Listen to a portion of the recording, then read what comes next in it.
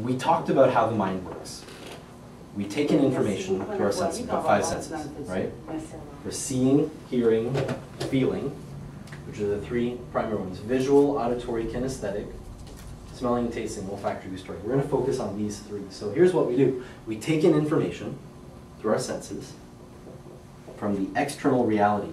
And then what do we do in our mind? In the mind, we see pictures, snapshots, images, we run movies, we hear sounds and voices, and then we have sensations. And so it's almost like in the mind of someone, it's this vast inner landscape, this vast reality that as someone who wants to influence, you need to be able to navigate. It's almost like you step onto the landscape of that person's mind and you want a map of it. You want to be able to navigate to get where you're going. So when people speak and think, they're using these different modalities. And if you can, most people will have a dominant modality. They'll either be more visual, more auditory, or more kinesthetic. You want to be able to identify that and use it, because it's almost like speaking a different language. Someone who is more visual is going to be speaking a different language than someone who's more kinesthetic. So just like if you meet a francophone and you speak to them in French, it's a different experience than when you meet an anglophone and you speak to them. You're speaking to them in their language. That's the principle in this culture, right? Speak to the client in their language. The same thing. If they're speaking visually, you want to speak visual. If they're speaking auditory, you want to speak auditory. If they're speaking kinesthetic, you want to speak kinesthetic. So what I want to look at is, what are these different languages? If someone is highly visual, what kind of words are they going to use? I see. I see. What else? It's clear. It's clear. Mm-hmm. What else? You paint a nice picture. Paint a nice picture. Mm-hmm. How does that look? It's a little hazy. It's hazy. How does that appear? Vision. Imagine. It's a visual word. What else? View. Bird's eye view. Let's take a global perspective. Perspective is another one. How does this appear? Okay.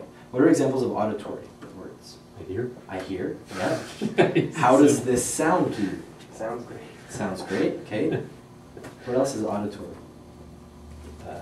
Does that resonate with you? Mm-hmm. Harmony.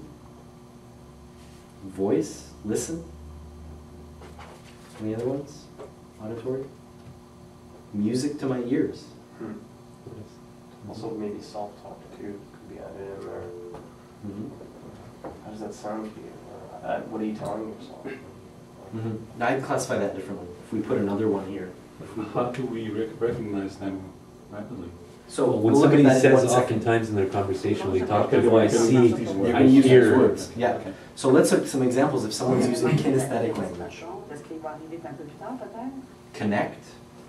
How does that feel? Get in touch with. Take the bull by the horns. Grasp. It hit me. Any other examples of kinesthetic? Got some kinesthetic examples? Strikes me as odd. Strike, yeah. Strikes me as odd.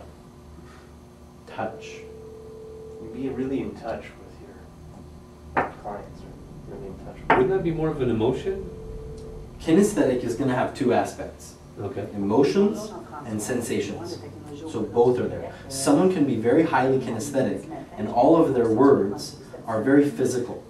I had a client come in one day, sits down and says, when my parents broke up, kinesthetic word, it was like this huge weight crushing down on me.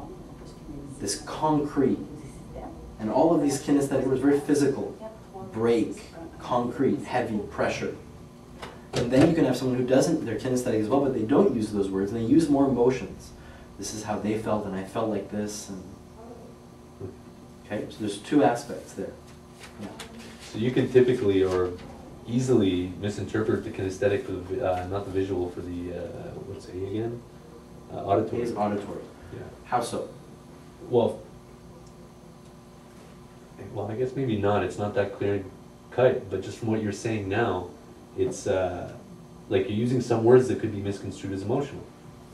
No? So like what? With the auditory, the examples I gave are hear, listen, say, tell, word, Okay. voice. I hear what you're saying. are you listening, Oui, bonjour, j'aimerais parler avec Michel. tell me more.